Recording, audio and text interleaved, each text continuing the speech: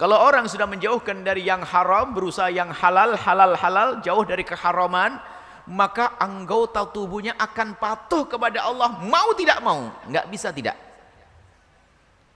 Tapi begitu sebaliknya, kalau yang dimakan haram dan urusannya haram, asad jawarihuhu, anggota tubuhnya akan bermaksiat sya'am aba. Biarpun dia tidak menghendaki maksiat, kepleset lagi, masuk lagi, na'udzubillah. Ini jadi ada dua hal di sini yang perlu kita perhatikan, bahwa di saat kita melakukan sebuah kebaikan, maka yang harus kita sadari itu karunia Allah. Maka agar kita senang, ini nikmat dari Allah Subhanahu wa taala. Itu yang ingin dihantarkan oleh Ibn Athaillah. Kita ingin dihantarkan sampai di sana. Sehingga dalam segala urusan ibadah kita akan rasa nyaman, bahkan hiburannya adalah ibadah. Wajada, menemukan halawatul iman, manisnya iman.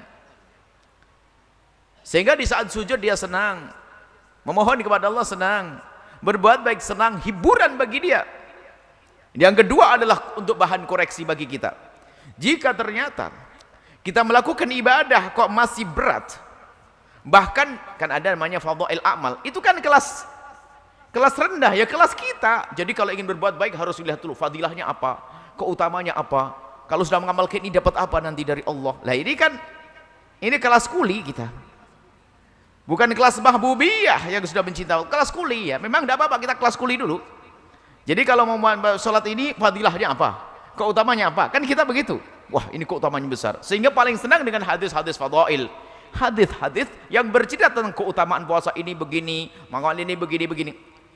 Itu kata ulama ahli tarbiyah, itu kelas kuli.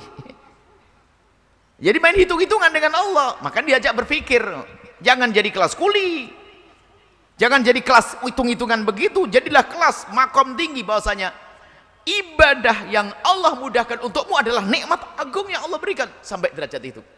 Sehingga setelah itu nggak akan bertanya lagi, mana gajiku ya Allah, mana pahala darimu ya Allah, aku sudah banyak berbuat baik ini ya Allah. Dan setelah itu dia akan masuk makom tinggi di hadapan Allah, makom ahli ikhlas, mukhlisin, ahli ikhlas. Ya itulah kekasih Allah Subhanahu wa taala. Nah, ini adalah perlahan, dan juga sekaligus kita harus koreksi bahwa jika orang itu melakukan ibadah susah, maka ketahuilah bisa jadi adalah karena makanannya haram, tidak pernah menjaga yang haram. Keharaman yang dilakukan seorang hamba akan menarik melakukan keharaman yang lain lagi, sedikit demi sedikit. Dimulai dari mata yang sering melihat haram, susah membaca Al-Quran, malas. Di saat telinga sering mendengar keharaman, dengar pengajian pun jadi berat. Hatinya dipuasai dengan dengki, benci dan sebagainya, nggak bisa sejuk dengar Al-Quran, bukan wajilat qulubuhum wa idza tuliyat alaihim ayatu zadatum imana. Nggak ada bergetar di saat disebut nama Allah. Nggak ada merasa tambah iman di saat mendengar firman-firman Allah disebut.